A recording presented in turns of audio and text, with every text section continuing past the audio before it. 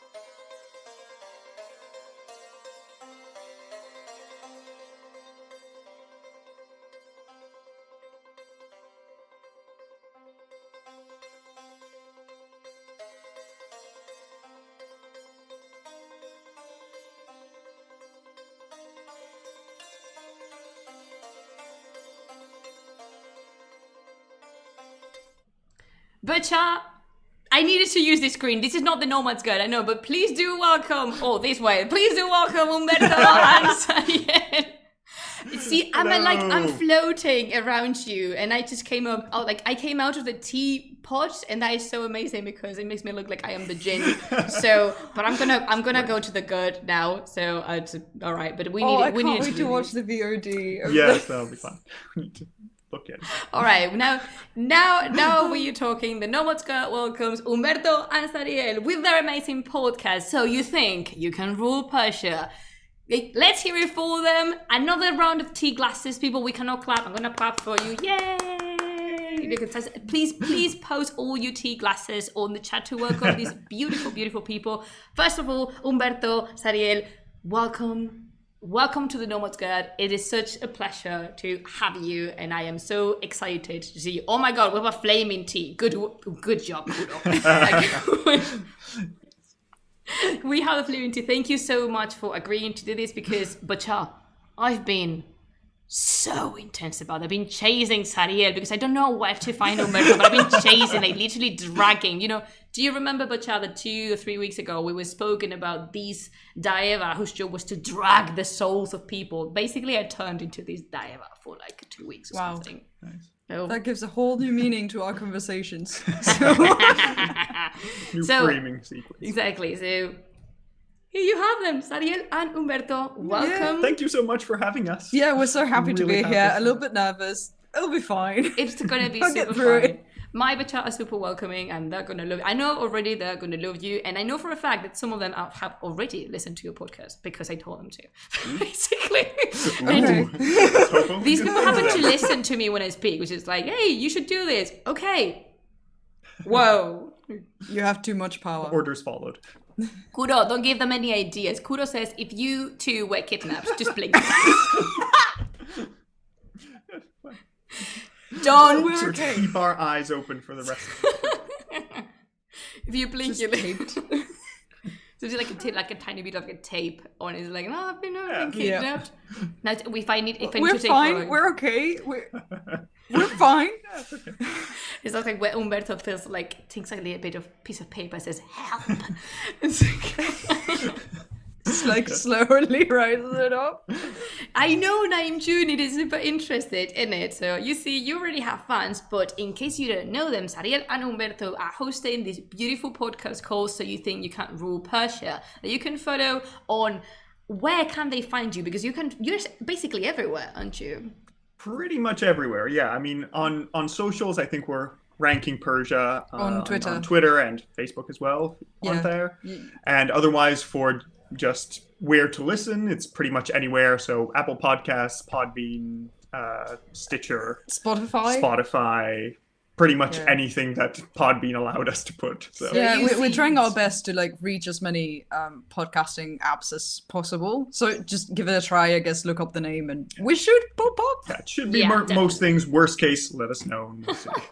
And that gives you zero excuses to not listen to them. I've been listening to you on my way to work, and it's super fun because I drive alone. And when I'm driving, I'm like, yes, exactly. Or like, good point, Umberto. Like, yes, exactly. It's like, I'm just very vividly doing this because in this, all right, if you could explain very briefly what your podcast is about and what is it you cover, because I really like the name of it, and I would like to know if is this a name you came up with, or is it based, because I know you're working with, is it Rexy Podcast, something like that? Yeah, the Rexy pods are a subgenre Okay, of podcasts so do similar things. If you could explain what is exactly your podcast about, in case someone in the chat doesn't know it yet. Okay, so yeah, basically the podcast is going to be rating all the kings of Persia from Diocles to Yazdegerd III. So basically we'll be covering all of ancient pre-Islamic Persia.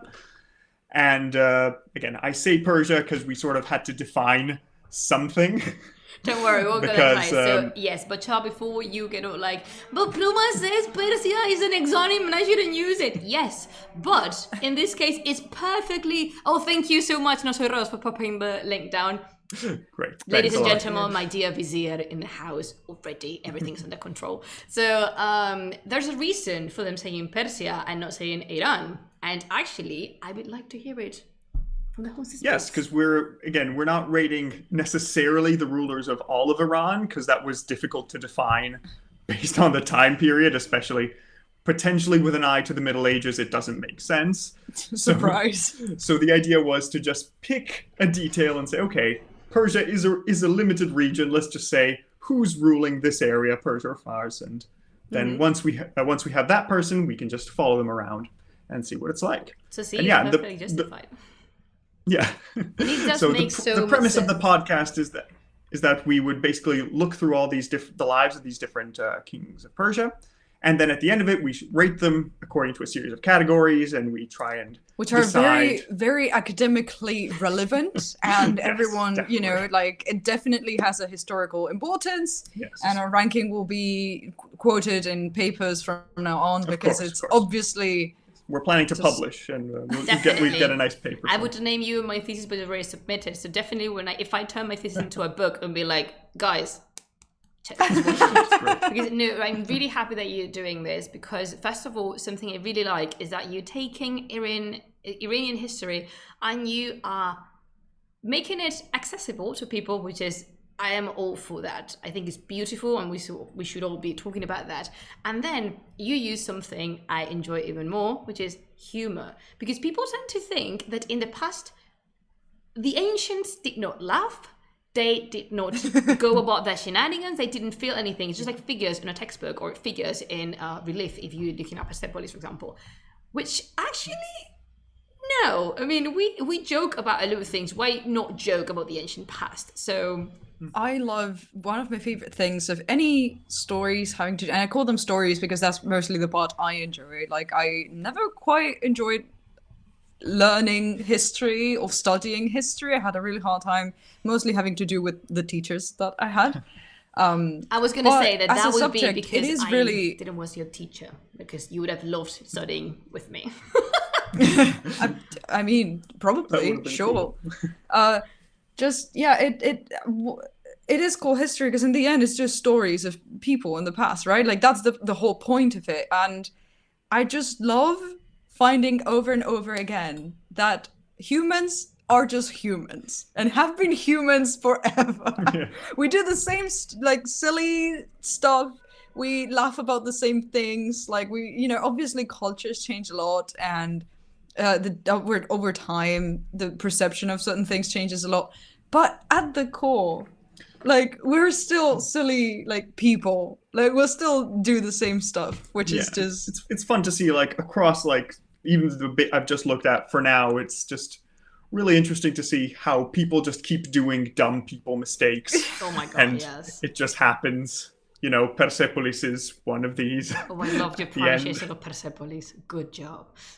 It's really fun to me when people say Persepolis, which is like, roll your R's if you'd mind. You'd be so kind. I mean, that is honestly quite interesting. I was more referring to, like, people drawing PPs on walls.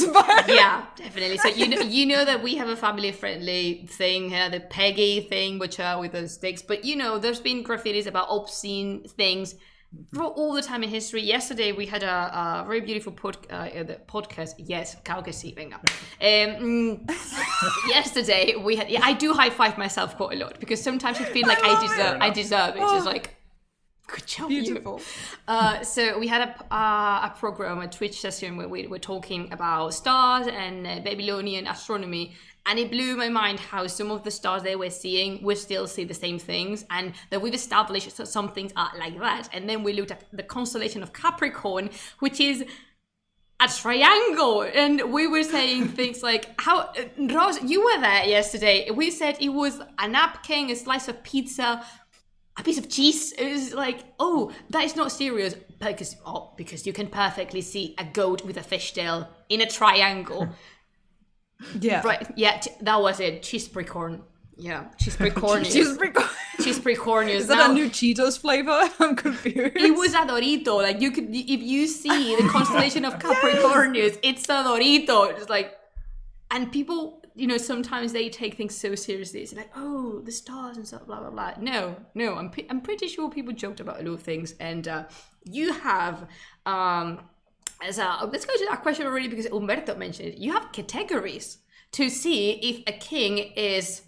I don't want to say it myself because I'm just gonna.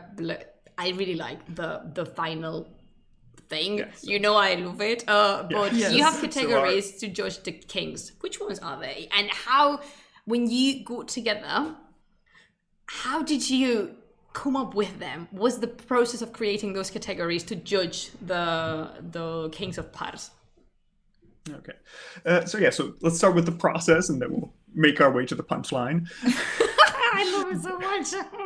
Well, to start with, all of these podcasts, so the format of our podcast, as we've mentioned, is based on the Rexipod family, which all of them follow more or less this same kind of structure, where they take some kind of monarch or figure in power, and they are rating them, and they all use categories to do it. So like that is not our invention, that is just how these kind of podcasts work, and we really like the format, and so we started there. Yeah. But as for choosing the categories in general, mostly the method was listening to these other podcasts and saying, I think it would be cool to give points for this thing. Like, this person some had of a them are really shared? outrageous... Sorry? Like some of the categories are like somehow shared between all the podcasts. Yeah, like, some of the categories are very similar because of how history works mostly. And if it's good, if you like it and you think this could be hilarious applied to Iran, just like use it. Yeah, it's good to just transfer it over. So just to run through the categories relatively quickly. So first of all is final moments, where we rate how interesting their death was. So we try and see, is there a cool story behind it, or is it just somebody fading into history and we don't hear about them and that's how we know they're gone? I really like just dying peacefully at home is just like boring. Yeah, it's like, come on, give me something else. Give me something to work with here. Like, I mean, like, few things can compare to like being stabbed on the steps of the Roman.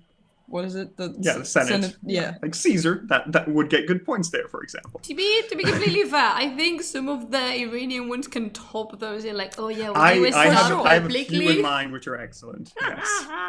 I can't wait to find out. Next we have battle hardness, which is just your military prowess, either through you're fighting personally, you're leading armies, whatever that may be. Next we have scheminess, which is how good you are plotting in the shadows and manipulating history and changing it so it looks like you're the good guy all along. Oh my god, that sort of thing. That is gonna win. Was your like fighter Yes. subclass, and this one is your rogue subclass. See, Bacha, I bring you people, my people, D&D people, role-playing people, the good people. I was gonna say like the plotting one, Dara is going to just overrun every single one of them because we've seen Dara, we've seen Ross exactly. We love Dara, we love Dara so much in here. Yes. So it's just like it's a big favorite of ours because when we were talking about him and his life, it's like, how did you pull this off? Like it's just we did. Yes, I had a lot of fun writing Bardia and Dara's episodes. Aye, Azizam. That's going to be interesting. Yeah.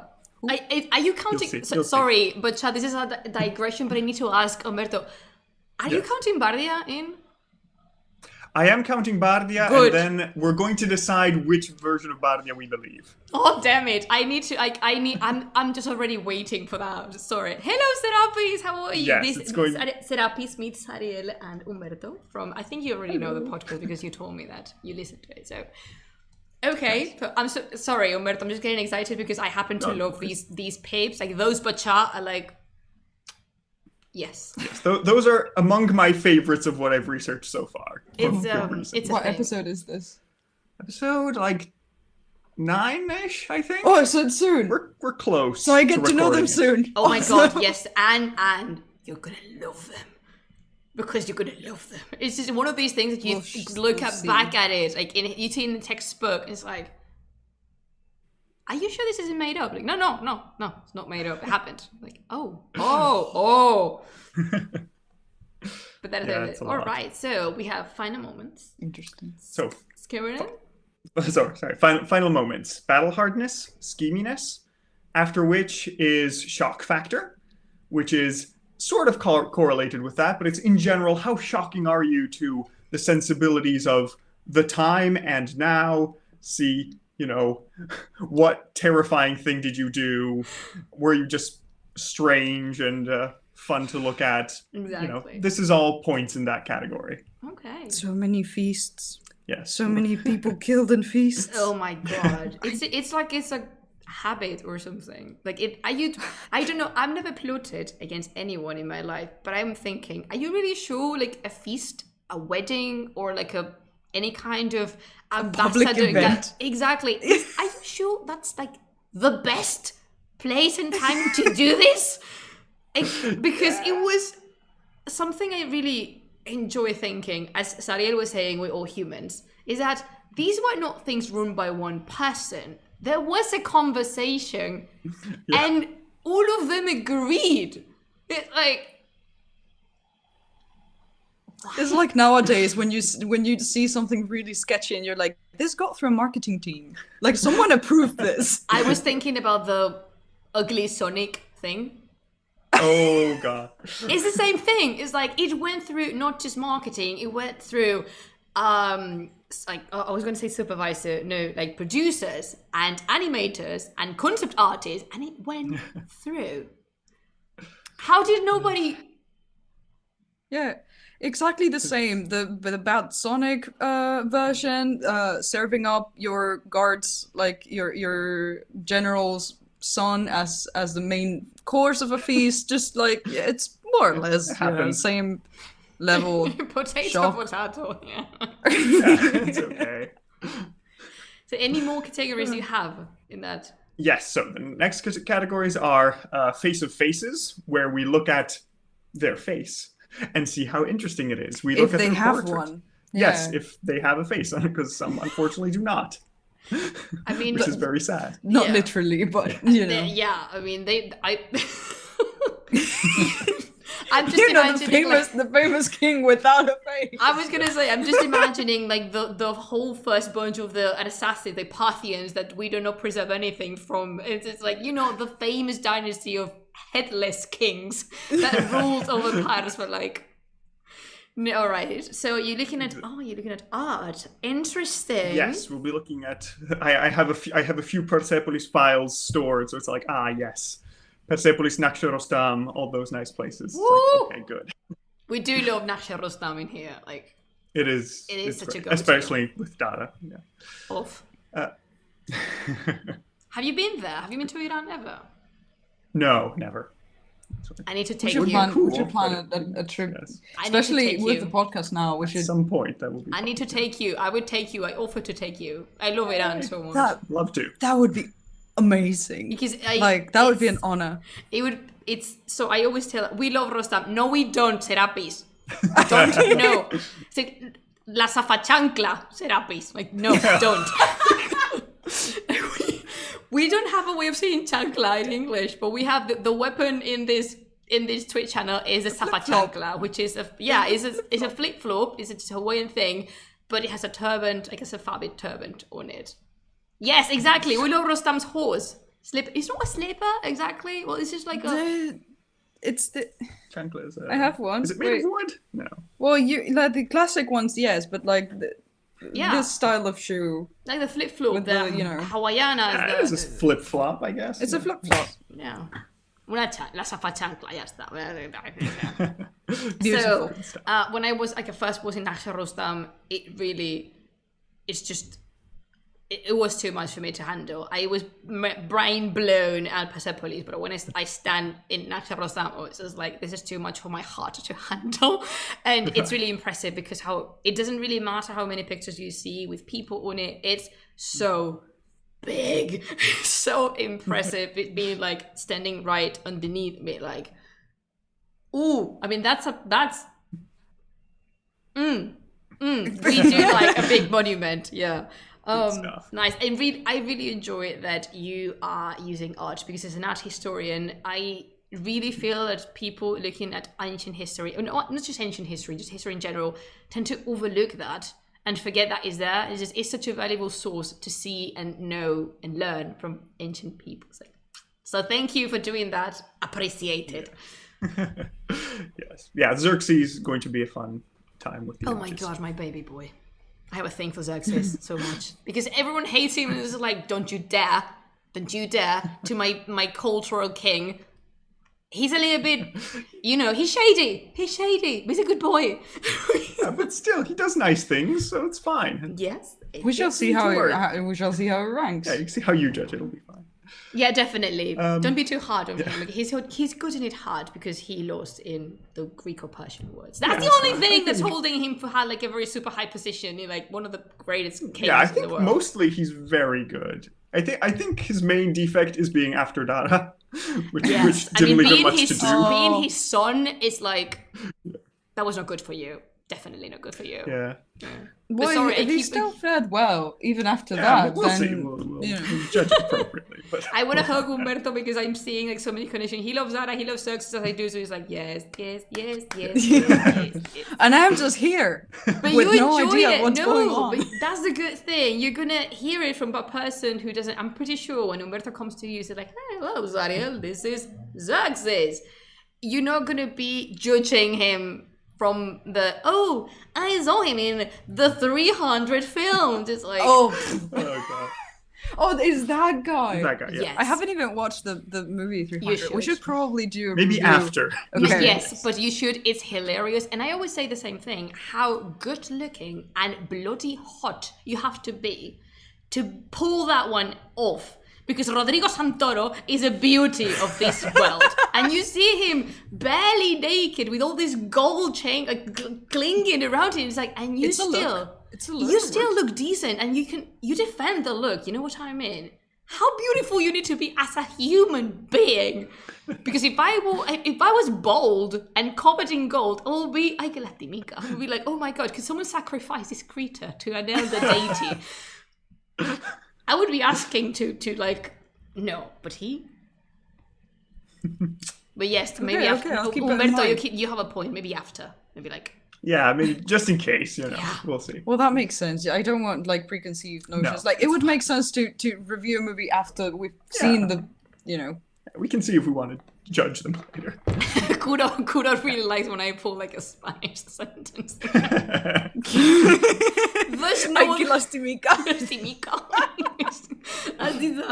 Oh yeah, that's like a super. I mean, Naim speaks Persian at home, so Naim June, these way of using Azizam, and then like Azizam.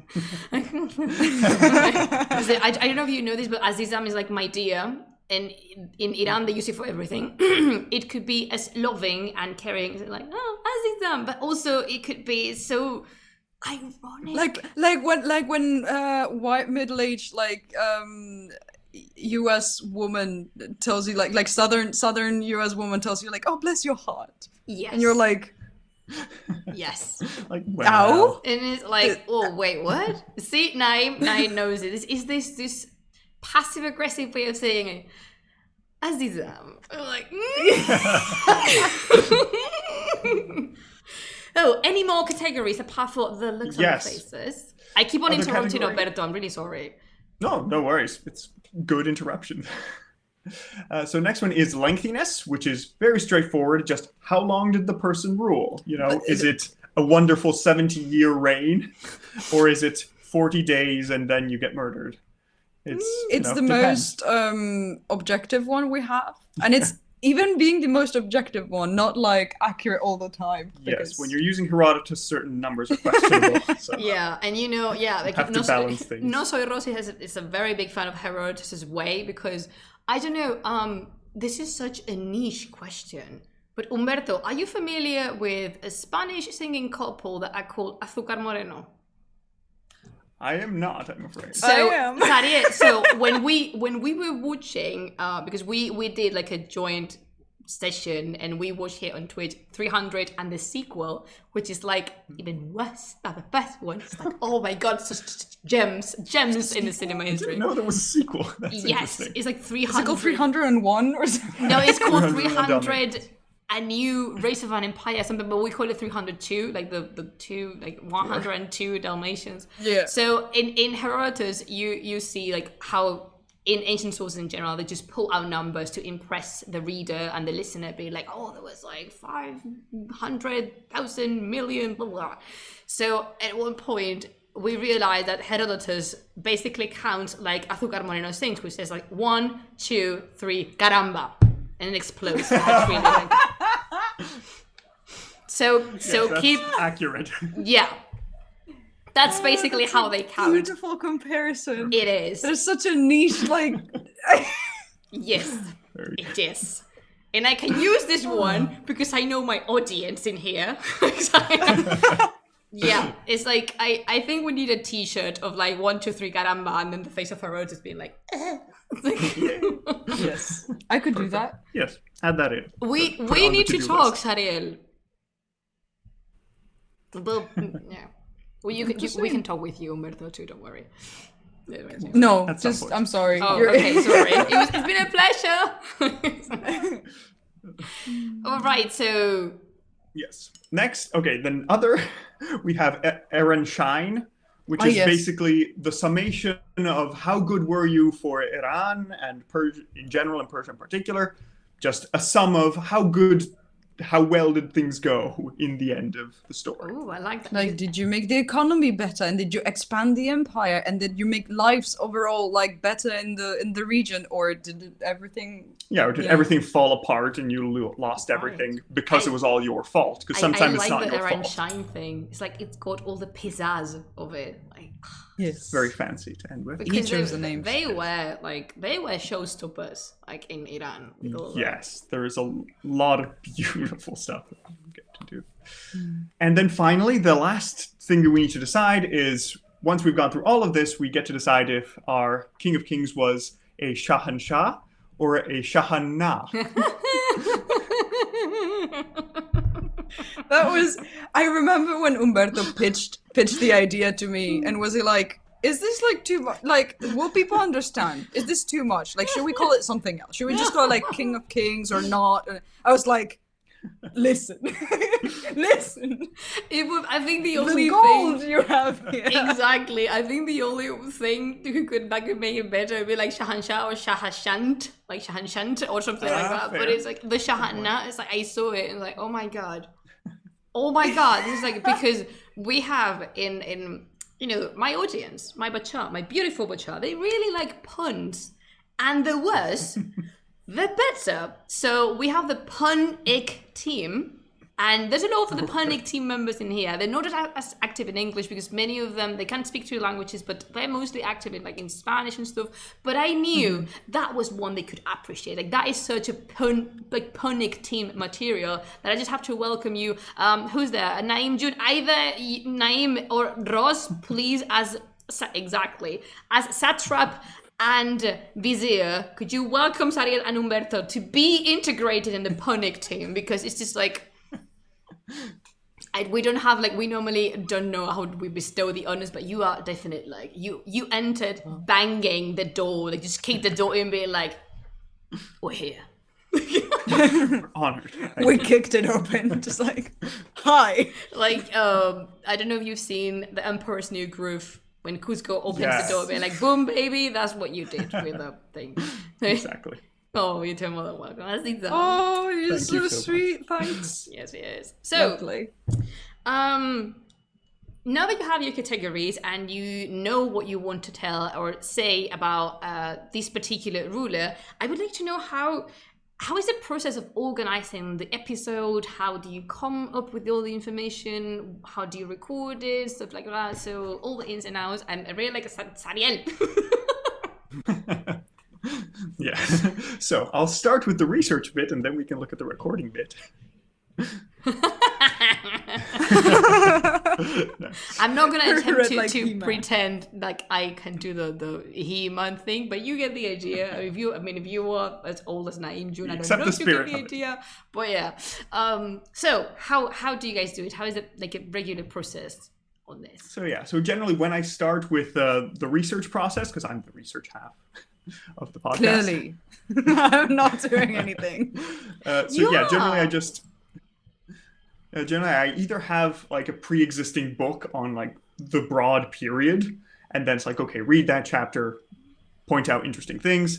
Then I usually just go to Encyclopedia Iranica, which is very good for this sort of thing, and then it's like, okay, pick out all the million little papers that they show that have nice clues like, okay, I wanted to know about the symbology of Xerxes lashing the Hellespont. Okay, let me take this Italian paper from the 80s and I'll read it.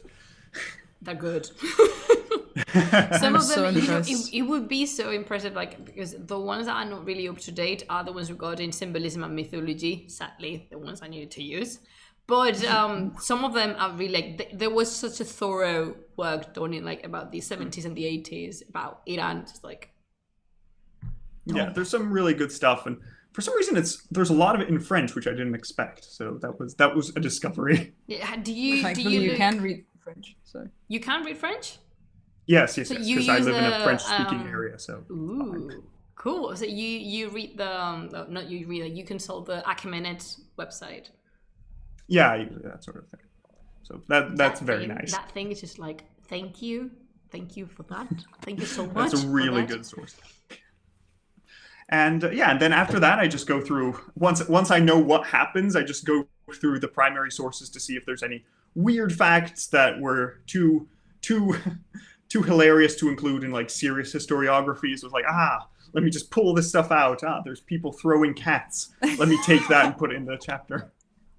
So I loved all usually the- they're the ones where you need to preface it while saying, okay, this is Herodotus, but But let me still. talk about it. Yeah, I really like that because sometimes I went through a phase when I was studying ancient Iran that I kind of neglected or rejected directly things that were clearly legends and stuff like that. Just like, yeah, they might never have happened, but it was recorded as historical. So it was very yeah, stupid it also for me. shapes the concept of the people at the time, like Exactly.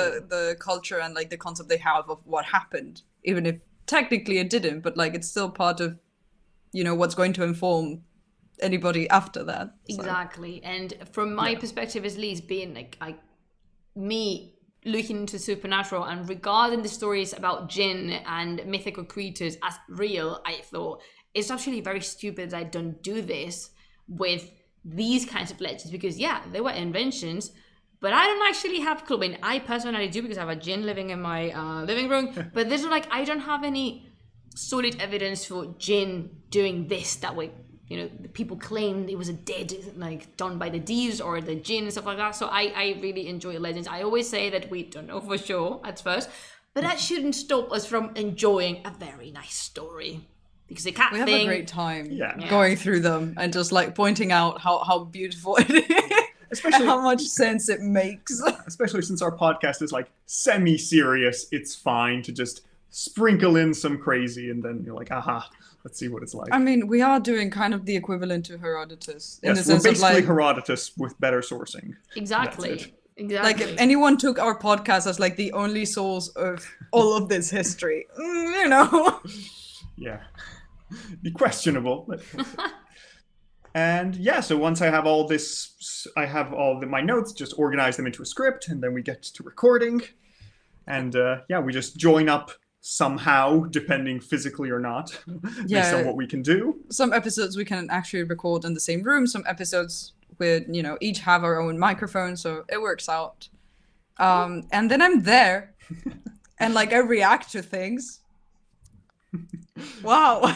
Explain the story, and Sarah will react, and we talk about it. To be fair, I think it's such an interesting thing because I believe if it was two people that had read the same sources and they were comparing like, impressions, say for example that Sariel had done exactly the same as Umberto had, you would lose some of it because you really want to see how the other person interprets or reacts to something. And I really believe that, all right, so we need to step down, like academics need to step down from the ivory, golden thrones and towers because history belongs to all of us. All of us. It's I also ours. think it would be much less accessible to anybody listening to the podcast. Because our podcast, even if you are not particularly interested in history, don't know anything about it, I am there to be your like guide. Like I am there to represent anyone who doesn't know anything.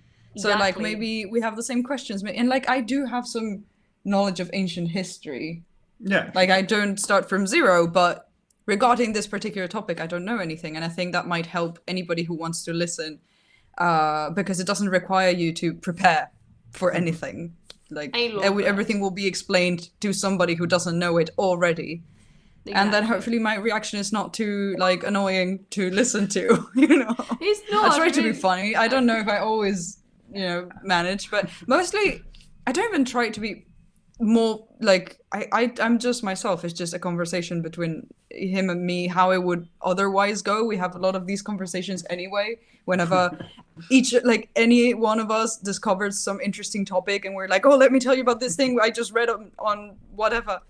And this is usually how it goes. And then we just start having tangents on like whatever other topics is related to. So yeah, it's also like sort of showing a friend a movie they've never seen and just waiting at the good bits and staring. So like definitely. I love doing that. Exactly. That's how I think people that are oriented towards a more general public should work, because I feel so much your process, and I really like it because of that. Because I'm alone here, but you have Sariel, and that's the connection with people. That's not to say that they don't know anything, but you have this person all the people could relate with. So like, oh, I resonate with you because I didn't know that someone called Xerxes existed until like today, and that's fine. Because that's really fine. And when preparing like, something I really hate about some academics online is that they presume people have a much stronger basis than they usually do, and that's not to blame the people. There's something I live by, which is like I could never tell of someone or say something mean to them for not knowing something they've never been taught. But it's like that's the reason I love people asking questions, because it's like, and when they say, oh, this might be like a super stupid question, super basic, if no one ever told you that there was a place on Earth called Pars, how do you expect to be like, oh, I should know this? No, you shouldn't. You really shouldn't. You've lived finely without knowing which this. is why, on one hand, that's why we really need science communicators and any kind of like culture communicators, because that's the point, to make it accessible. And I don't think it should be like, I think the problem is it's looked down from an academic point of view, like, oh, you're a communicator. It's like, oh, you're like less than us. But and if you're on the internet, you have the same knowledge. My job is to make it accessible to everyone else, which you're not doing. And if you're on the internet, on the other hand, it's even worse. Like, oh my god. Yeah, that can. The internet, it's a terrible place for nuance, and nuance is very necessary. Yeah. So I also, regarding the approaching, how's it called when you don't know something? Ignorance. Approaching ignorance in a sense of like that it's not hostile. Yeah. Because yes, again, talking about nuance, yes, sometimes it's like it's your job to educate yourself and to like not be ignorant, and you can't just put the blame on, oh, I didn't know. But on the other hand, you can't expect, like, if someone has tried and just like in their life have never stumbled upon a certain topic or a certain situation, it's not their fault to be ignorant about it. And as long as they're willing to learn or change their perspective, like that's actually what matters. Definitely. If they're choosing to remain ignorant, then that's a different... I think that's whether I would draw the line between, because to me at least, it might be from my background of what my consideration of words, to be ignorant is to willingly stay as such. I would never call anyone ignorant, because I always say like, oh, I know nothing about ancient Greece and Rome, and I honestly don't care much about them. I'm ignorant because I'm choosing not to. It's like, no, they're the enemy. No. I can't say. No, but bad guys in the story. You know, because some people will be like, "Oh my god, you know so much, and I know so little." Yes, but I'm pretty sure there's something you know so much about that I know so little about, and that's just it. And also because these it's so fun. Like this could be an entire. How do you say? I don't think we have this expression in English, do we? You know, when you open a cantaloupe. To describe in Spanish, abrir un melón, like just open, like we don't do how address the elephant in the room, more or less. You mean in the sense of like letting a topic out that is like controversial or difficult, like for example, or like opening Pandora's box. Yeah. Okay. Yeah, I mean, addressing the elephant in the room, I think. Yeah, I works. think Yeah, something sure, like that. Yeah, I prefer the watermelon thing, but because we have a thing for watermelons in this channel. Sure. But it's really, that could be an entire different Twitch stream about how online academia is regarded by more traditional academia. Because in my case, for example, I happen to belong to both worlds because I've been there, I am there, and I'm here too. And it's just, there's so much about it. But I am truly, because sometimes the thing is, if people look down at these creators that are not academics and they frown upon them because they're like, oh my God, they're no academics. Yes, but you wouldn't do this now, would you? So all the people have to. And that's perfectly, it's just so encomiable. It's so praiseworthy, at least for myself, because other people are complaining about it, but they would never, ever do that themselves because they think it's like a minor activity. It's like, so suck it up. History belongs to absolutely everyone, and every single person that's so can important. be. Like, Yeah. of course, doing your research is very important and doing the actual like academic work. But if you don't get people to care about it, and also if it's something that brings you joy, like if it's a topic that you've been studying because you genuinely like it, don't you want to tell everyone about it? Because it's so cool. Like That's one of the reasons I started this Twitch channel, because I thought, oh my God, the Book of Kings is so amazing. I want everyone to know about the Book of Kings. I'm going to read it aloud on my channel. And then,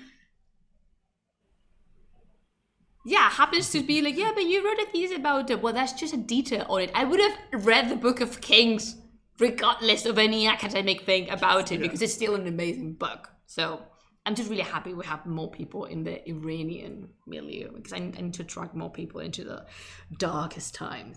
Oh, I wanted to ask you something. Have you encountered so far any challenges regarding sources or script rating, or what's been the most challenging thing creating this podcast and putting it together? I think, the most challenging thing for now has been, in general, just learning a method with which I wanted to build a script. Because when I read my first scripts, now that I'm like a bit further on, it's like, oh no, wait, why is this organized this way? Let me just shift it around. I need to fix it. Okay, good. Now it's okay. everyone gets better with practice, so you know. Yeah, so that's it. And one thing that I'm worried about is the Parthian Dark Age, which is like, that's going to be an interesting time to describe. It's not dark, it's just the lights were out. And you could not see anything, but it's not dark. Just slightly, in the shade. It's just, I have a book I have a book that I never expected to get, which is basically like a book of entirely just like coinage and like different types of coinage in that period. And it's like, how can you connect it to the histories? And it's like, seriously, it's very, yes. Is this the new book you got? That's the one that arrived today. Yes. Yeah. You need to tell, which one is that one? I can't remember the title right now. Don't worry, but please make sure you send it to me. Off my head, but it will be in the sources, no worries. Yeah, because there's a lot of things where it's just, the only source we have are coins. Let's reconstruct a person out of that. Let's see how that it's such an interesting thing. Naeem June, I'm going to ask them that question. Don't worry, that's on it. And we'll go there in a bit. But yes, I want to know too. I kind of know already because Daniel told me and I question about it. But doesn't matter. I will pretend to be shocked. And, well, they don't know. Exactly. So share with brand the new information. This is I asked this, and I kind of already know this, but I want you to expand on it. As a person fairly obsessed with the Ilkhanids and fairly obsessed with what we will call the medieval ages, and you know which are that should be used with a pinch of salt, we know, but we don't have any other label, but you know what I mean. Why stopping at Yazdegerd III, and why not stepping into Islamic Iran? I'm not asking you to, but I am asking you to, maybe for future, perhaps. I mean, that is kind of the idea. So the plan is, when I first thought of the project, I was like, okay, let's make a list of all of them from beginning to the 70s and just say, okay, good. I can't. Yes. I still can't get over this. Oh, come on, Urmoko, you don't ask stupid questions. You are our favorite person asking questions.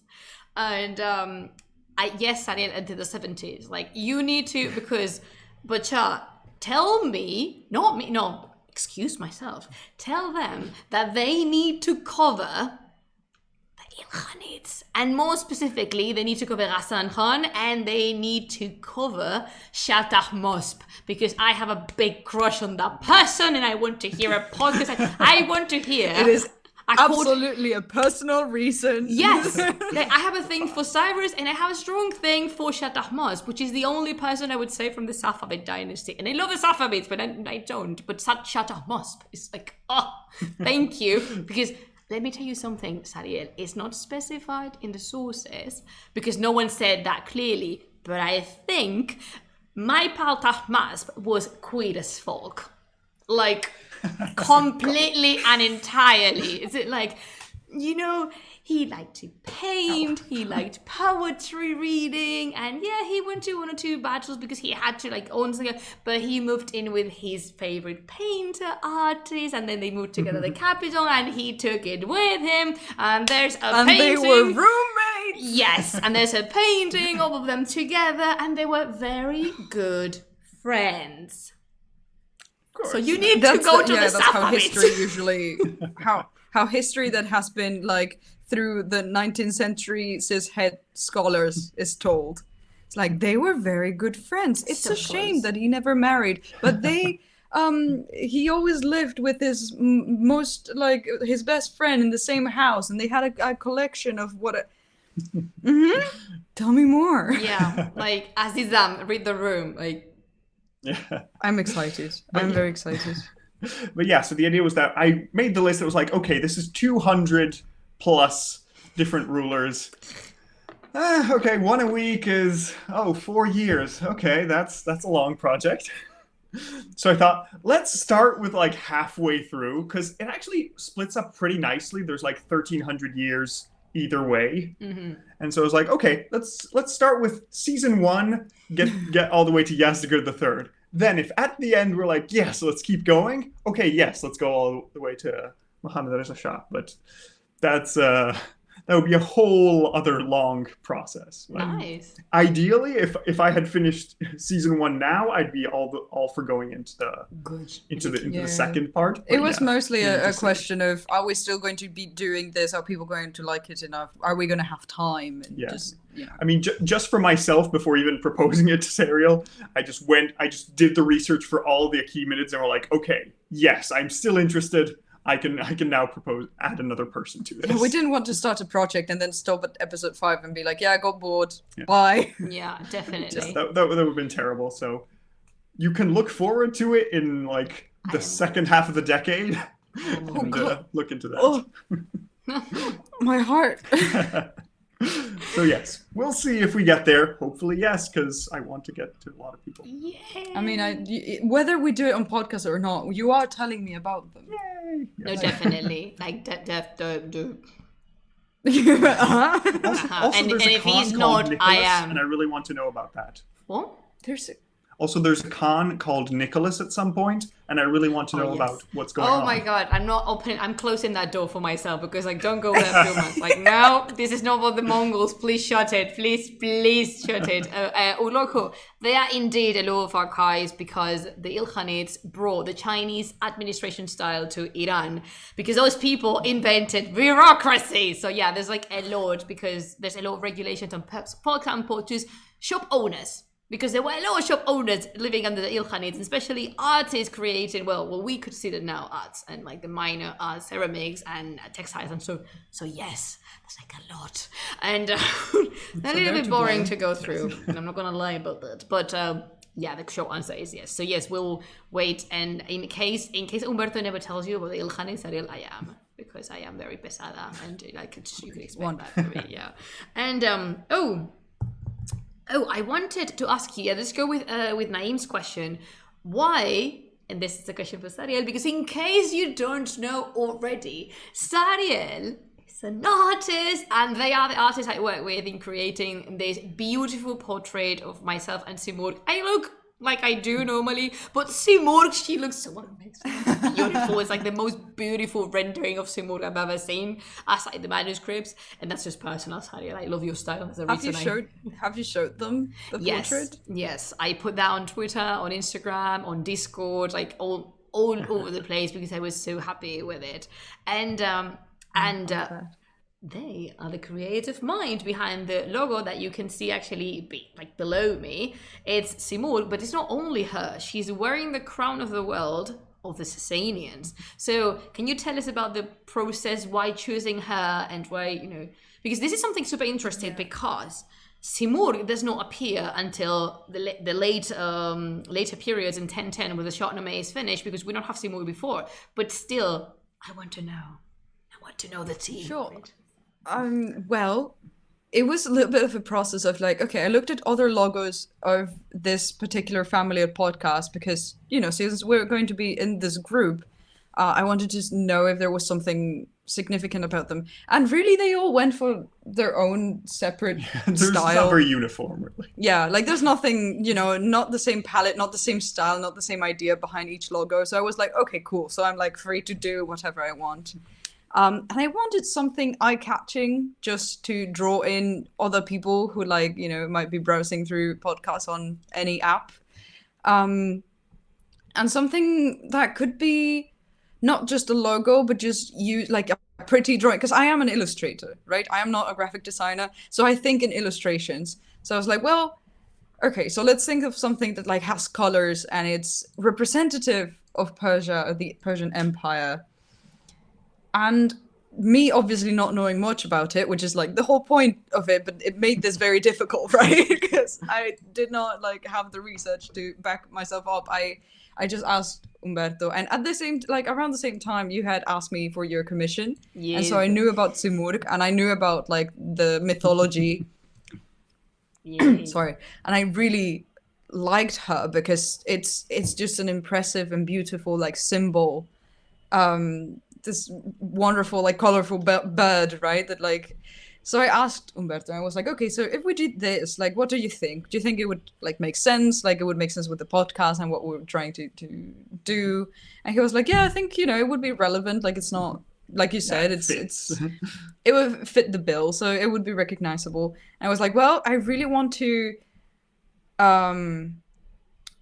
give them some kind of crown because it is titled So You Think You Can Rule Persia. So she's a queen. Thought the Simurgh could be asking the question or just looking at the listener and be like, do you think you could do this? But obviously I couldn't go for an Occidental style crown emoji because I'm like, this is not that. No. And then I remember we had a whole conversation on our chat of Umberto sending me a lot of pictures of different crowns throughout the periods and me being okay, let me just choose accurate ones so then I can choose the most aesthetically the one that would work the best for me to simplify obviously and to put into the logo. So knowing that these would all work, then I use my artist eye to be okay, with taking into consideration that these have been proved by or overseen by Umberto. Then and the Sasanian crown of the world just looked easy, recognizable enough that you would see that it's some kind of crown even if you didn't know exactly what. And it just looked cool. It does. It's such a look. And I wanted to ask you, are you familiar with the work of Mohammad Rasulipur? Because he's a delightful creator. I've shared so much of his work and his team through Instagram, and he does reconstructions of Iranian kings like Parthian, Achaemenid, Sasanian, mainly ancient history, and Muhammad, he basically runs this team that tells a lot of Iranian folk tales. It's called 1001 Iranian Myths.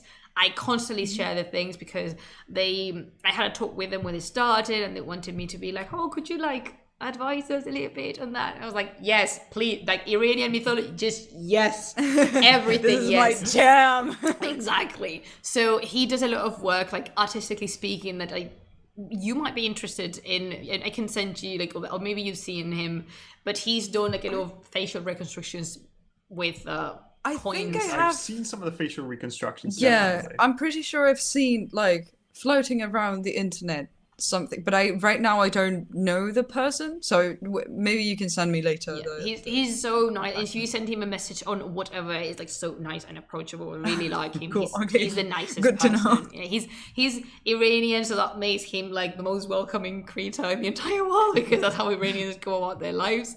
And so that's something I want. This is personal, but I really like that you use Simurg and knowing it's her. And I really like that you didn't use what in this channel we call Eustachio. Eustachio is this creature Yep. that everyone's called Senmurv. It's not the Senmurv, it's a composite being that appears in a lot of Sasanian clothing. It belongs to Central Asia and is a bestower of the far, of the rule and everything. But due to a misconception of the translation, it was turned to Senmurv, which is like, Senmurv means the bird sen, and this is a dog. I'm pretty sure Yes. people in the past could tell a dog from a bird. I forgot to mention, but you're going to like this part. But when I started with the logo, I also asked Umberto, okay, send me. Obviously, I was looking for symbols for the Persian Empire. So I was like, any interesting banners, any interesting symbols, anything that like comes up again in like flags or any kind of like, or coins or like anything that is like a recurring, recurring item of, and also to choose the colors of it, because I was like, well, if there's like a particular color that is very, recognizable, I would like to use that in the logo. And he sent me different flags and different, reconstructions and art pieces. And one of them had an Eustachio, and he called it an Eustachio, and I was like, what do you mean? Did you use the word Eustachio? Specifying this is not Simur. Yes. Did you use the word Eustachio?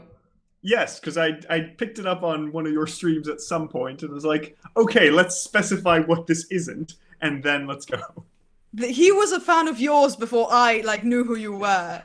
Oh my god, I'm like dying. And then he was like, actually, you should meet this person. And then I like talked to you. Or, I like, am followed dying. You. I think I followed you on Twitter because he was following you, and like it's just. I am dying so. Oh my god, this is like this is like the biggest compliment ever.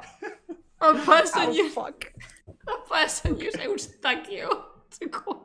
Yes. I'm done. Oh. Are you Okay. I alright? was too excited and forgot I can't raise my arms. Oh no, please don't. So Be careful. I mean, yeah, it's like That pat. this is okay. Sadiel, they are alright, don't worry. They're just recovering for some intervention and they should not raise their arms or hands. So if you want to get excited, I'm good. do this. Like, yay. I have T-Rex arms. It's Exactly. fine. So please don't think, oh my god, I'm so humble. Thank There you go. so Your much. ego can be You like. have it. No, oh my god, wow, I don't even know what to say. I'm just very happy. Thank you so much. Like, thank you. I don't know. Thank you so Yeah. much. So why is it a Simurg? Because Plumas told us. Yes. Yeah. Because It Pluma should said be. so and we obeyed. Exactly, and something I really like is that it includes the colors of the Khayanate banner, which is the banner of the Iranian kings back in the day, according to the Shahnameh, of this purple and yellow and red, and it's just yes, everything said yes. I could recognize those colors when I saw it, and I was like, that's the Khayanate banner. Yes. And why do we like the Khayanate banner, Bachar? Because it's the banner of Fereidun, and just yes, just yes. I'm Oh my God. noticing a pattern here. Yes, squad we assembled. like our Dragon King so much. And oh my god, I'm gonna be so happy when I turn this off, because I'm gonna be like, oh my god, I taught someone to use Eustachio, and they did willingly. See, because that, I don't know if you know how that came up. It's because I was speaking to another friend. He does Sasanian Sogdian, actually, like Bactrian Sogdian reenactment. His name is Nadim. I was gonna say Nahim, no, Nadim, and he's called Eranu Turan in Twitter. Maybe you know him because. Oh yeah, I think we've. So we were talking about this because it comes up in many, because people just don't know, and this is one of the battles we fight. And it even comes up in like D&D as a creature, and like it's wrongly labeled. Even just Wikipedia, if you look for Simur, it's just one day I need to fix that. I'm not joking. One day I'm going to sit and edit the whole thing because it's a disaster. And one time he was using the pseudo Senmur, and it didn't quite do it for me. And jokingly on Twitter, we were like, actually any name would do, because since it's not Simur and it's definitely not Senmur, anything would do. And I said something like, we could call it Eustachio, it would be the same thing. And he was like, oh my god, I need an Eustachio plushie now. I'm like, let's do it. Let's just create an Eustachio plushie. And it's so much fun because it's just beautiful and nice. And I wanted to ask you, Sariel, maybe you can do like up to now for you the question, and Umberto like generally, but up until now, could you tell me what is your favorite period of Iranian history and why? The one where we start to have sources that make sense. So none of them. None of them. Yeah. We've only done, like, just for reference, we've done episode 0, which is out, which is a bit of background on the entire area, like all of history, all of the time. Yes. And then up to episode 4. So it's just 4 different kings, which are not even Persian kings. So like we've mostly been in media. I've been very frustrated that we were like giving false advertisement to our listeners. You will hear me complain about it in the episodes. Because you talked about the Sumerians and the Elamites, and I was so pleased. Like when I was listening to the first episode, I was listening to Sumerians, and it's like, oh my god, I love it! Like just yes, and then the Akkadians show up, and then the Assyrians are like, I love where this is going. I love everything, because you really cannot detach what's going on in Mesopotamia from. And by the way, second that Egyptologists, these people said Sumer is the cradle of civilization. So eat that, Egypt. There's this fight. Everyone likes to take the credit. I mean, Mesopotamia is the one. I'm not suggesting, it's a fact. Look it up. But yeah, so we've mostly been in media up to now. And I was a bit confused at the beginning, because I was like, why are we not in Persia? Like, if it is a thing, because it's right there. Like, you just go here and geographically. But I understand now, because we needed the story. We needed what was going on. I can't really say much for a period of history, because, again, I'm still being enlightened on what's going on. But I like some of the stories that you've told me so far. It's some really, really interesting, like, cool battle happenings, and the eclipse. That was fucking cool. That was really cool, yes. That was brilliant. You mentioned that on the podcast, didn't you? Yes, we'll actually talk about it at length to explain. Oh, this is why it's interesting. Here we are. And what about so you? That's my opinion, right? Yeah. Yeah, on my side, I mean, so far I've gotten like halfway through the Seleucids in my research. Oh, they're beautiful. So, yes. I really That's like them. Really interesting. I didn't expect it to be as interesting as it was, honestly. But yeah, I think my favorite right now, I think the bit which nobody ever covers, honestly, which is like the whole 4th century, where there's basically, it's the part where my history books generally are like, and then Persia did its own thing, but let's look at Greece now. Let's see what they're doing. Stealing but astronomical there's really interesting stuff going on. There's like the whole empire is being transformed in interesting ways, and Parisatis is beautiful, and I love her, and there's so many wonderful things. Yes, we'll see. But yeah, it was, for now, that is my sort of key period at the moment. But of course, all the classics definitely are.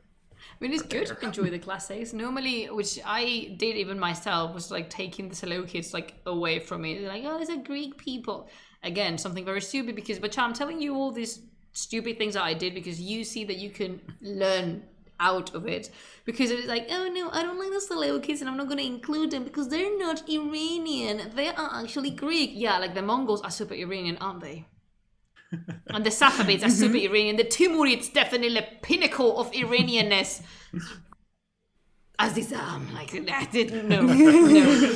So and then about the Seleucids, it's also really cool because they have like so much weird syncretism going on. It's beautiful. All the different parts, and I just love syncretism. It is the best part indeed. It really it's something that I enjoy the best about the Sasanian times is where people came to visit the empire and then understood what they were seeing from a different perspective. And you see this mentions to Aphrodite and Hercules and stuff like that. It's like, wait, in Iran? And then you look it up, it's like, oh, it's Anahita and it's Berethagna, and it's like all this, because I love Zoroastrianism is my favorite religion to research. I am supposed to be more like Islamic oriented, which is amazing, but I enjoy Zoroastrianism as much as the next guy.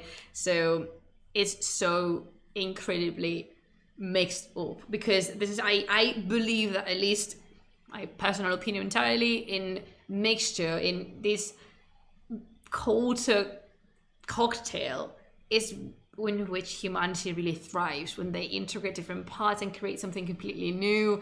It's like and the Seleucid period is just like, yes, we're not going to say no to basically anything. It's like, bring it on. How many days did... I don't care. Just bring that on. Like, yeah. It's like... just take it. It's just really Then great. I just love how the Parthians then come in and just syncretize on top of the syncretism. And it's just like a whole pot of stuff going on. Yeah, it's like, we are nomads and we are from Central Asia and like horses, but... we really think the Greeks and Romans dress cool, so we're gonna imitate them, and I'm gonna take a picture. This is something, because this was asked to me once in, like, when I was teaching in class, like, if there were Parthians, and we know this is a Parthian period sculpture, why are they dressing like Romans or Greeks and stuff? It's like, if you put up a beautiful cosplay, you would be wanted to take a picture in that, not in your daily, like, old boring clothes. You want to be like, hey, look. Let's go. Look how amazing I look. Now you make the painting. Look, like. And you be like, oh, with your Greek like thing. So it's like, oh. I love the way of seeing it as a cosplay.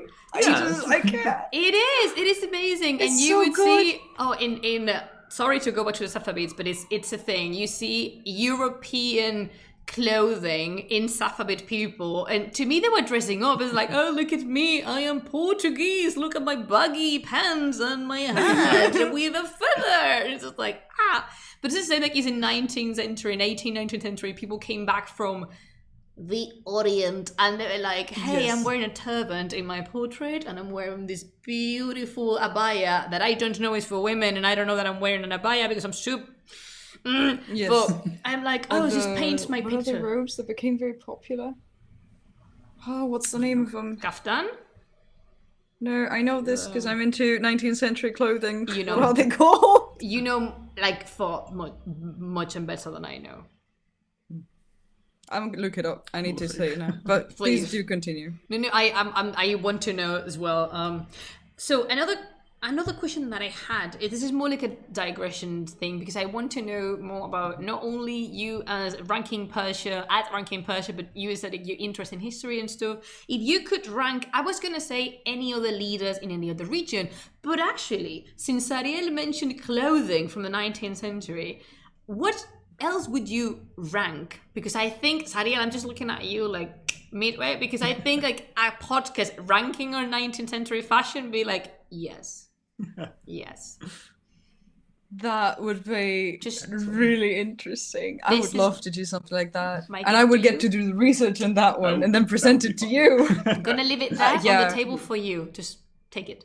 Thank you. I will consider it. I will honestly consider it. Because I am getting into the research myself, like on my own, just because I like the style of clothing and I want to make it for myself.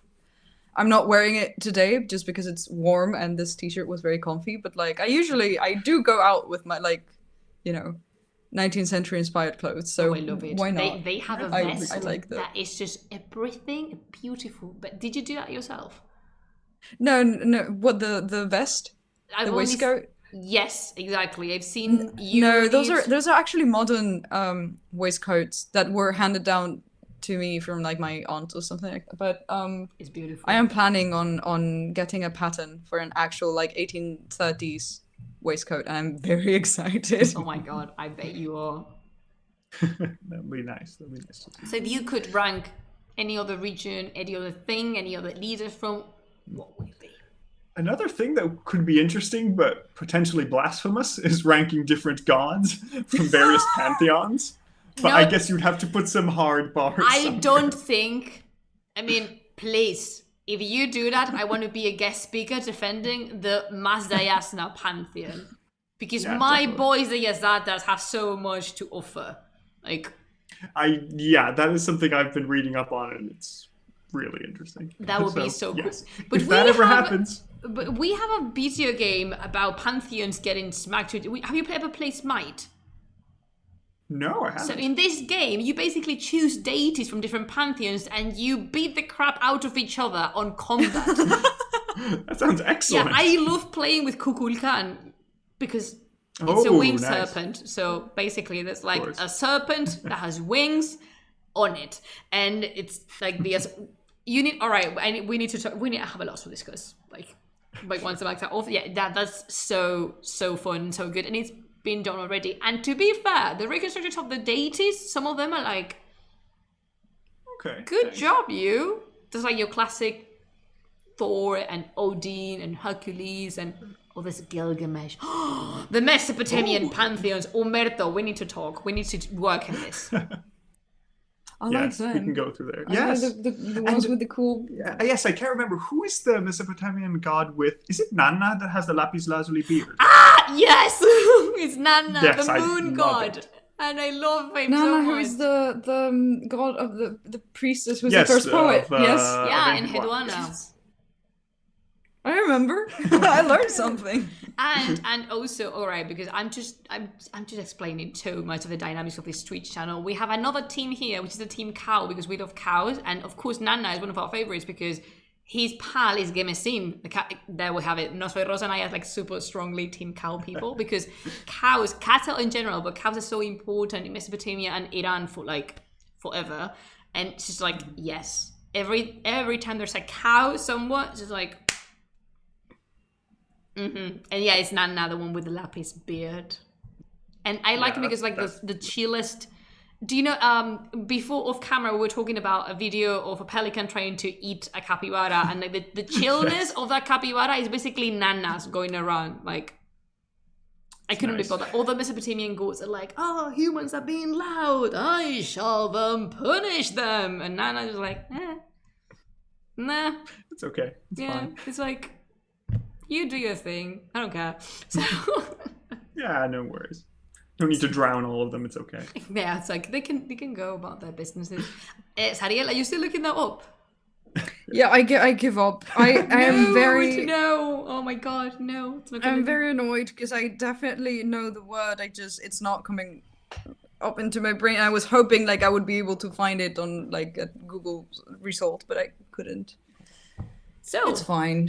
because I've taken time already from your beautiful lives, and I'm pretty sure you're like a little bit Right. tired already. But I pleasure. wanted Good to time. ask you because normally I love people recommending things to my butcher over here. So if you could recommend a podcast, it doesn't have to be history oriented or anything. It's like if you could recommend a podcast, or maybe you don't want to recommend a podcast, like a book or a film or something that you'd like. This is something my friends, I have other friends that have a podcast about culture in Spain, and they do this all the time. Whenever they have a guest, it's like, oh, you recommend us something.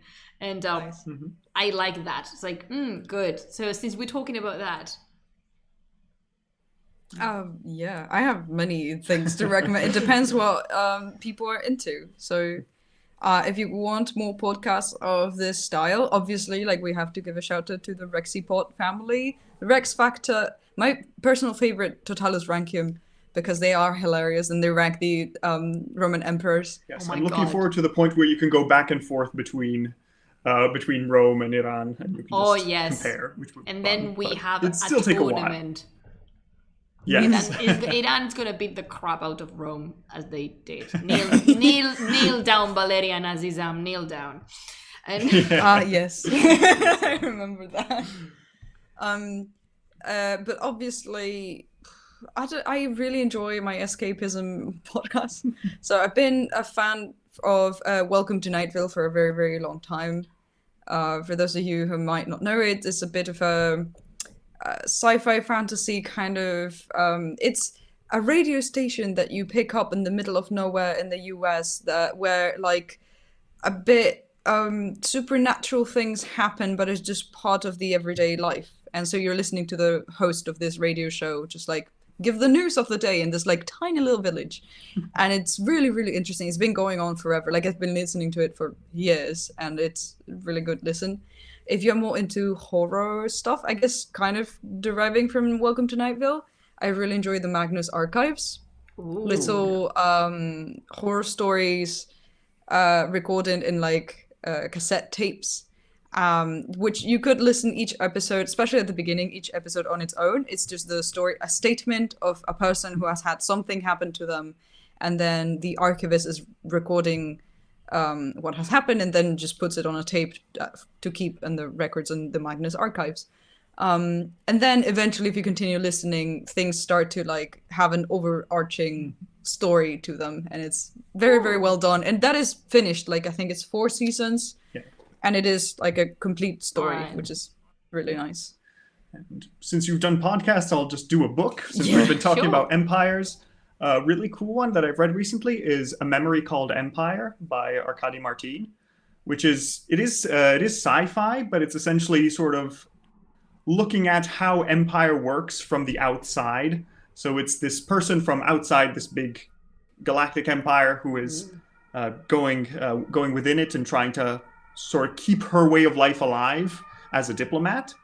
And then she has this strange relation where she loves the empire because all the culture that it creates and everything, but she also fears it. So, you know, during in the book at some point she's told, "Oh, I wouldn't have known you were a barbarian if nobody told me," and she's really proud of that at some point because yes, I can pass as a civilized person. Mm-hmm. Then she's like, "Oh wait, but no, this is terrible for my own culture." So that was a really cool book that I enjoyed very much. All right, so I don't know.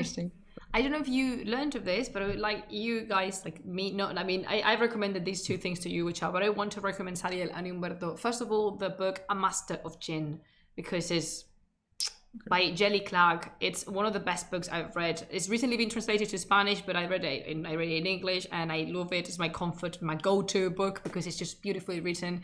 And if you are into the occult and folktales currently, there's this podcast that I don't know if it continues because I haven't heard for a while, but it's called The Hidden Jinn, and they have all the past episodes in like on Apple Podcasts and Spotify and stuff. So it's really nice because it's not much academics, much like a just gathering of stories of people that's had encounter with jinn and mixing like a lot of sources. And when I say a lot of sources, I feel like all sources from the Islamic age, like from India to the north of Africa. So it's not. Awesome. I would say it's not a podcast to be educated as in, oh, what are the jinn and the books and stuff, but it's about the folktale and how people feel the jinn in their lives. It's like, mwah, perfect. I listen to it very often, even like the past episodes, because I like the voice of the conductor. Rabia is just amazing. And awesome. If you want to check that one out. And now, Butcher, it is the time for you to take the chat box if you want. Do you want to ask anything to Sariel and Umberto over here? And actually, I need to, sorry, something popped at home, so I'm gonna very quickly bounce, but I'm gonna be back, don't worry. So I can leave you to, I think I can leave you to run this thing. You will do like a magnificent job. So sorry about that. It's just like very quick inconvenience, but I shall return shortly. So, Bacha, if you want to ask anything to them, be nice as you always are. Like, don't ask them like, I don't know, what's your card bank numbers? Not those kind of questions. Not, like, definitely. Yeah. Your mom's maiden name. Exactly. So I'll be back in like 2 minutes, I promise. and I disappeared because I am a jinn, but you can still hear me, but can you see me? So, Let us know anything. Go for it. now we have the power. We shall be unstoppable. There's nothing you can do. We shall wreck the place. Oh no. I was gonna say, you can tell us terrible things about Plumas, but like, she probably can just read the chat later, so Yeah. sad. Bit of an easy way to get out of it. I hope oh, yeah, okay. Oh, hello. Oh, that's cool. Oh, it's okay. So, Yeah, I don't know why it wasn't Yes. like reloading, but Anyway. Naeem okay. was asking, why did you choose Persia for your podcast? Right. Well, it's sort of based on this other this other podcast. So we mentioned that there's Totalis Rankium, which does the Roman emperors, and they were sort of talking about, oh, what should we do for like a season 3? And I thought, oh, it would be really cool if they did, Persian Iran and all that, so you could see the flip side of the Roman story and see how that works. Then, however, they later decided, oh, we're going to do the Holy Roman Empire instead, which honestly Makes fits sense. better Yeah. for their format. So I thought, oh, well, that's a shame. I would still want to know more about Persia, but, why can't I do it? And yeah, I sort of looked into it and began to do my research, and yeah, I decided, yes, They this won't is a do good it. lead. I will do it. Yes, I decided to take How it hard up. can it be? I came back. Oh, why did you choose Persia for your podcast? I like it. Yes, we were talking about it. Yes. Yay! But yeah. So any more magic? Yeah, I know. I'm like the Jane have given me powers, and the ambulance. We were entitled. What did you do? What didn't I do? So this is actually that brings me so many memories, because where I used to live, there was always, whenever I turn on the camera and go live, there will be one motorcycle, a very loud motorcycle, and then one ambulance per stream. So it's like, check. Ooh. Azizam, you're the cutest thing in the entire world, Lucía. So Ross wants to know if are you planning to invite guests like Plumas to the podcast? I mean, Actually, we talked about Perhaps. this. I thought it would be a really, really cool addition to have an episode where, we invite people who actually know about the topic in one way or another. yes, it could be fun. We can, yes, we can pick a specific king that you want to rant about more than any other, Oof. and then we can Oof. rant together. Either that, or we can have a special episode where it's just, more of Yeah, a no, sure. Like conversation. as an extra, we talk with a person who knows things. Yes. And we can all enjoy, what a rascal people are. Oh my god, I would be delighted to be on your podcast. Like, definitely, I would be thrilled about it, because there's 3 kings, and I know this is gonna sound like so basic and stuff, but I don't mind, because I love them. The first one is like Cyrus is the biggest favorite of mine, like ever. I love Cyrus the Great. I think so much of Iranian culture has been tailored and shaped because of Cyrus, and not even the real version of Cyrus, but this idea we have of Cyrus II, because there's not many sources about him. And then there are Darius, Darius, of course, and Xerxes. Those 3 are like in my heart. Like, I've written articles, like I publish articles about them in like magazines here in Spain and stuff.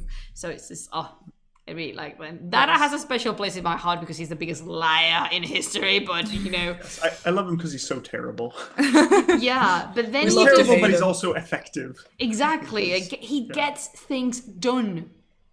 He does. Like, yeah, might not, it's not about like this how this goes, like the end justified the means. It's like, no, it doesn't. No, it does. Like, no. Like, I have the right to rule. No, you Not didn't. to this extent. No, you didn't.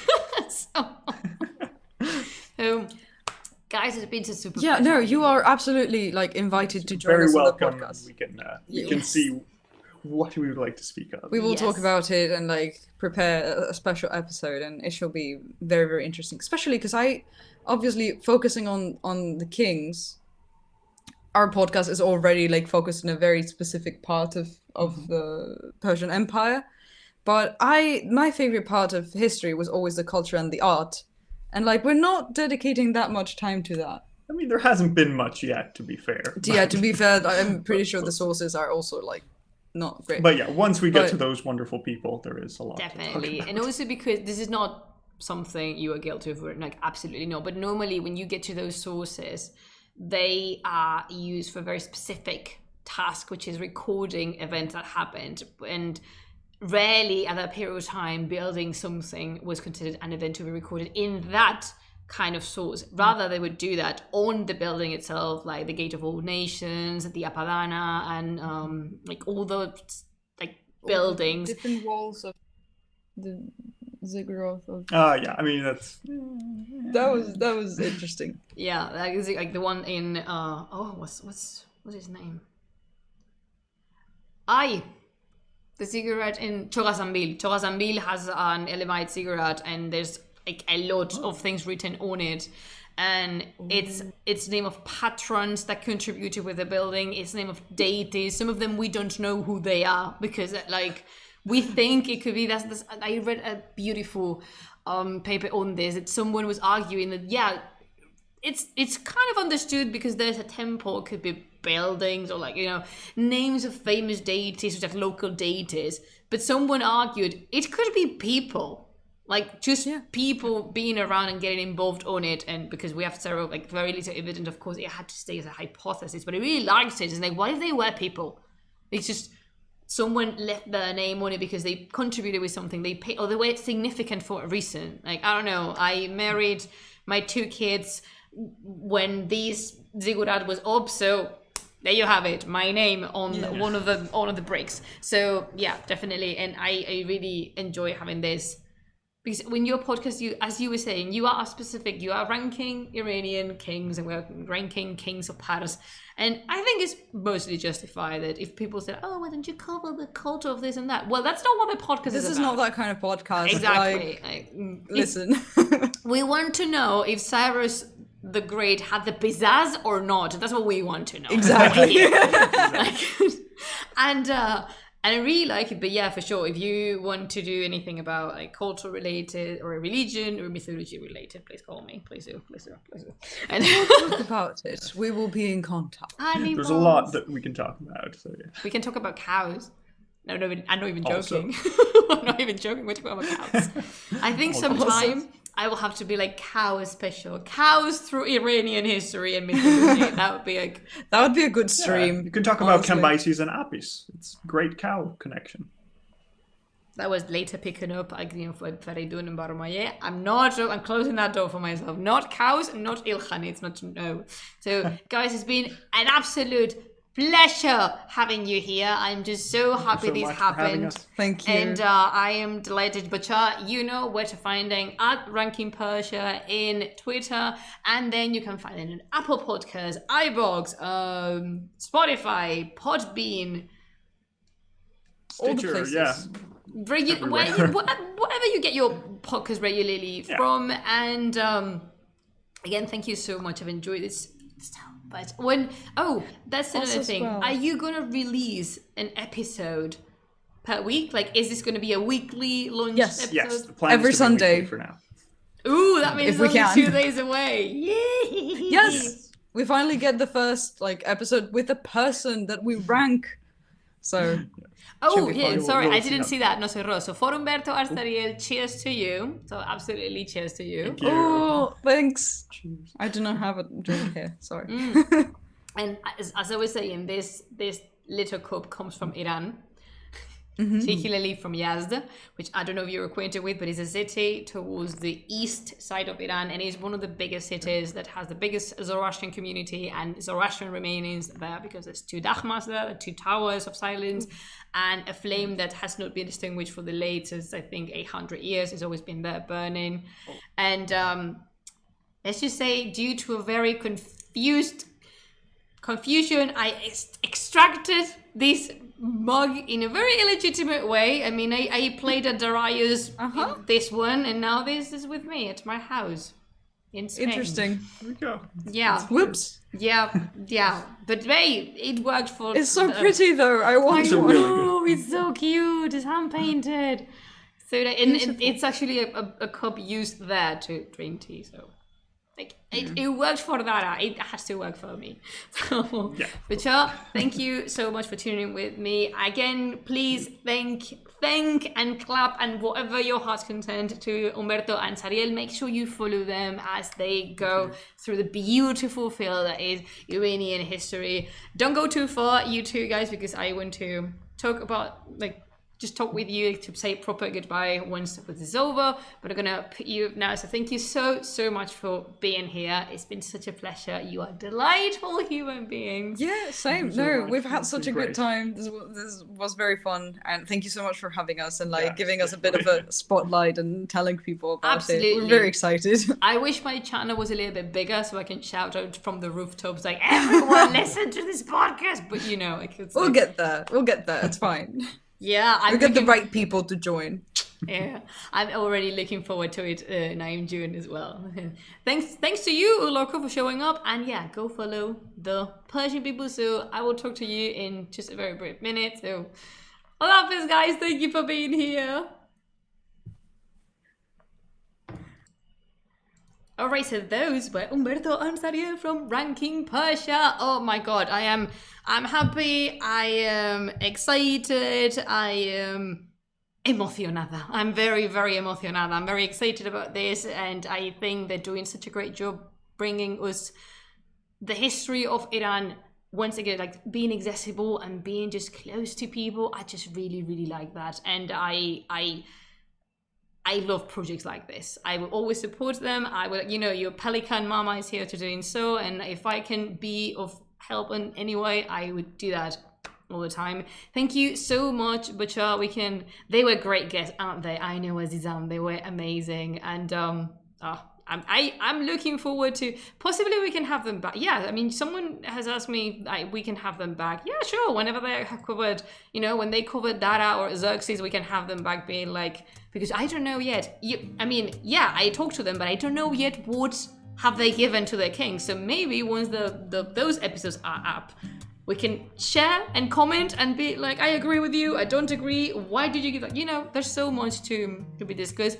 Make sure, again, you follow them, and you, more importantly than following them, share this work, because we're little creators and we need the further they reach, the better, and the more episodes they're going to make, because I know so many people were interested on this. So please do share that work throughout the internet of things. Thank you so much for being here, but again, thank you to my patrons that made this possible. That's it, that's what it was. Good job. Oh my god, I'm so proud of you already. And so thank you so much to everyone who's coming to spend the afternoon with us. I hope you have had a lovely time meeting Umberto and Sariel and learning a little bit more about the Iranian kings and other ways to approach history. Remember, before we part our ways, remember to create, to explore, and to have fun. Until I see you next time, I bid you Khudafiz!